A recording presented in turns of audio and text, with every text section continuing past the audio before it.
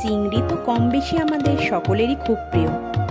চিংড়ি ভাপা, চিংড়ি সর্ষে, চিংড়ি পোস্ত, এরকম কত কিছুই তো আমরা খেয়ে থাকি। কিন্তু কেমন হবে বলুন তো যদি এই চিংড়ি দিয়েই একটা চীনা রেসিপি বানানো যায়।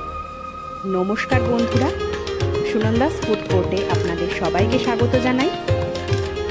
আজ আমি নিয়ে চলে এসেছি প্রন চিলির রেসিপি নিয়ে। এটি একটি অত্যন্ত সুস্বাদু স্টার্টার আইটেম। ভিডিওটা প্রথম থেকে শেষ অবধি দেখার অনুরোধ রইল।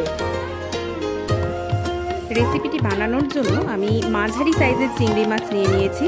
চিংড়ি মাছগুলোর সাইজ দেখুন, খুব বেশি বড়ও না, আবার কুচো চিংড়ির মতো ছোটও না।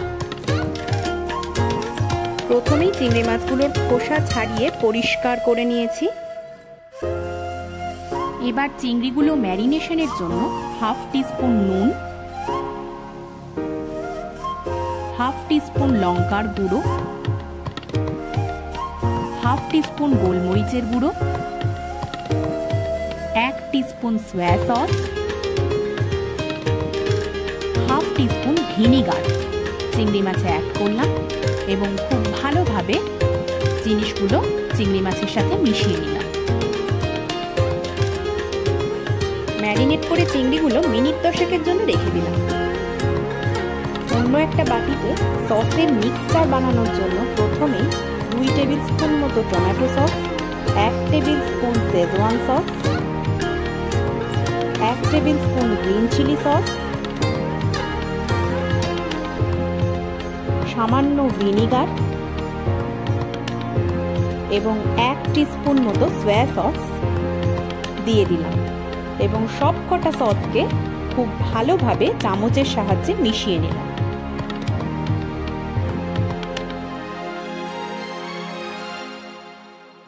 এবার এতে 1 টিস্পুন লঙ্কার গুঁড়ো অ্যাড করলাম।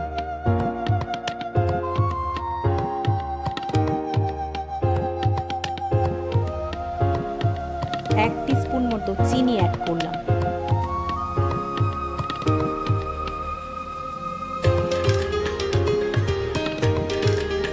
আর সামান্য একটু নুন অ্যাড করলাম। মনে রাখবেন সসে কিন্তু অলরেডি নুন থাকে, তাই নুনটা কিন্তু বুঝে শুনে অ্যাড করতে হবে। এবার একটি পাত্রে বেশ কিছুটা তেল গরম হতে দিয়েছি। অপর একটি পাত্রে সামান্য ময়দা নিয়ে নিয়েছি। এবার চিংড়ি মাছগুলো ঠিক আমি যেভাবে দেখাচ্ছি এই প্রসিডিওরে ময়দা দিয়ে কোট করতে হবে। শুকনো ময়দা দিয়ে কিন্তু কোটিংটা হবে এবং একটা একটা করে তেলে ছেড়ে দিতে হবে।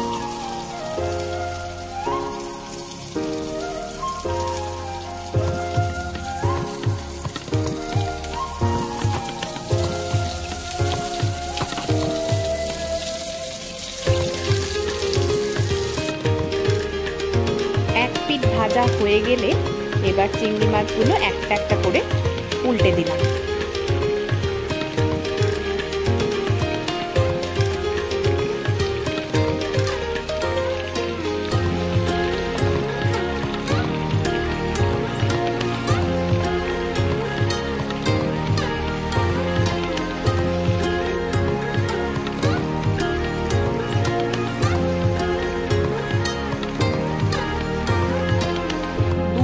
ভালোভাবে ভাজা হয়ে গেলে চিংড়ি মাছগুলো একটা পাত্রে তুলে রাখলাম। এবার গ্রেভি বানানোর জন্য সামান্য আদা কুচি, কয়েকটা চেরা কাঁচা লঙ্কা, বেশ অনেকগুলো রসুন কুচি, সবুজ ক্যাপসিকাম, লাল ক্যাপসিকাম, হলুদ ক্যাপসিকাম এবং স্প্রিং অনিয়ন নিয়ে নিয়েছি এবং কয়েকটা পেঁয়াজ কোয়া ছাড়িয়ে এইভাবে নিয়ে নিতে হবে। চিংড়ি মাছগুলো ঠান্ডা হয়ে গেলে এগুলোকে ঠিক আগের প্রসিডিওরেই ময়দা দিয়ে কোট করে আর একবার ভেজে নিতে হবে। এর জন্য কি হবে, চিংড়ি মাছগুলো খুব ক্রিস্পি হবে এবং এই প্রিপারেশনটা খেতে খুবই ভালো হবে।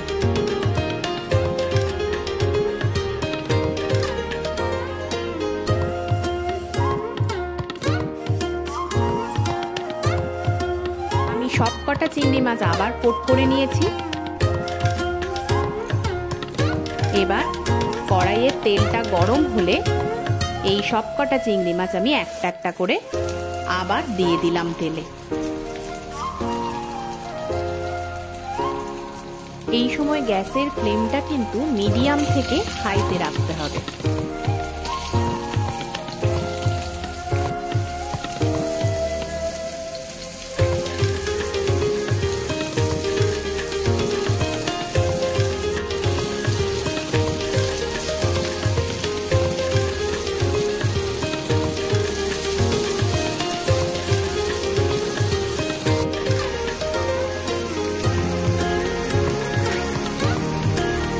পিঠ ভালোভাবে ভাজা হয়ে গেলে একটা বাটিতে চিংড়ি মাছগুলো তুলে রাখলাম। এবার ওই পাত্রতেই বাকি যে তেলটা আছে সেটাকে আবার গ্যাসে বসালাম। প্রথমেই আদা কুচি অ্যাড করলাম, কিছুক্ষণ নাড়াচাড়া করে তারপর তাতে কুচনো রসুনগুলো দিয়ে দিলাম।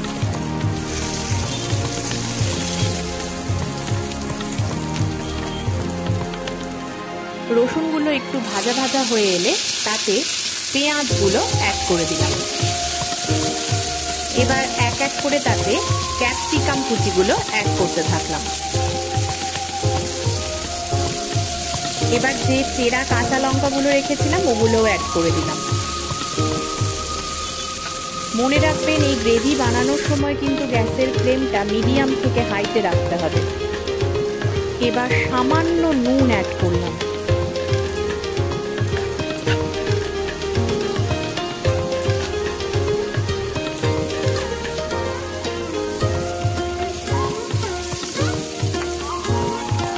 সব উপকরণগুলো ভাজা ভাজা হয়ে এলে তাতে যে সসের মিক্সচারটা তৈরি করেছিলাম সেটা অ্যাড করে দিলাম এবং খুব ভালোভাবে মিশিয়ে নিলাম।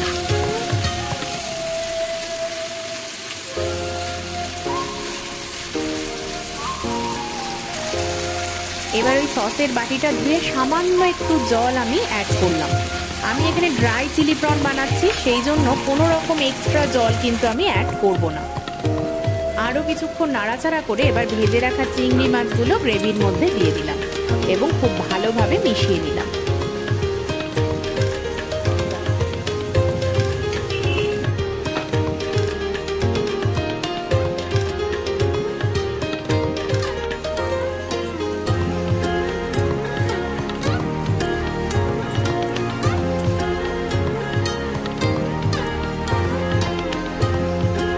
গ্যাসের ফ্লেমটা বন্ধ করে এবার তাতে কুচনো স্প্রিং অনিয়ন ওপর থেকে ছড়িয়ে দিলাম।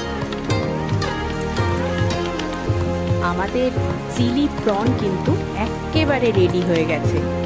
যে কোনো ঘরোয়া অনুষ্ঠানে বা পার্টিতে স্টার্টার আইটেম হিসেবে কিন্তু এটি অনবদ্য। এছাড়া রুটি, পরোটা, ফ্রাইড রাইস যে কোনো কিছুর সাথে এটা তো পুরো জমে ক্ষীর। আপনারা সবাই রেসিপিটি ট্রাই করুন এবং কেমন লাগলো আমাকে কমেন্ট সেকশনে জানান। আর হ্যাঁ, তার সাথে আমার চ্যানেলকে সাবস্ক্রাইব করতে ভুলবেন না। ধন্যবাদ।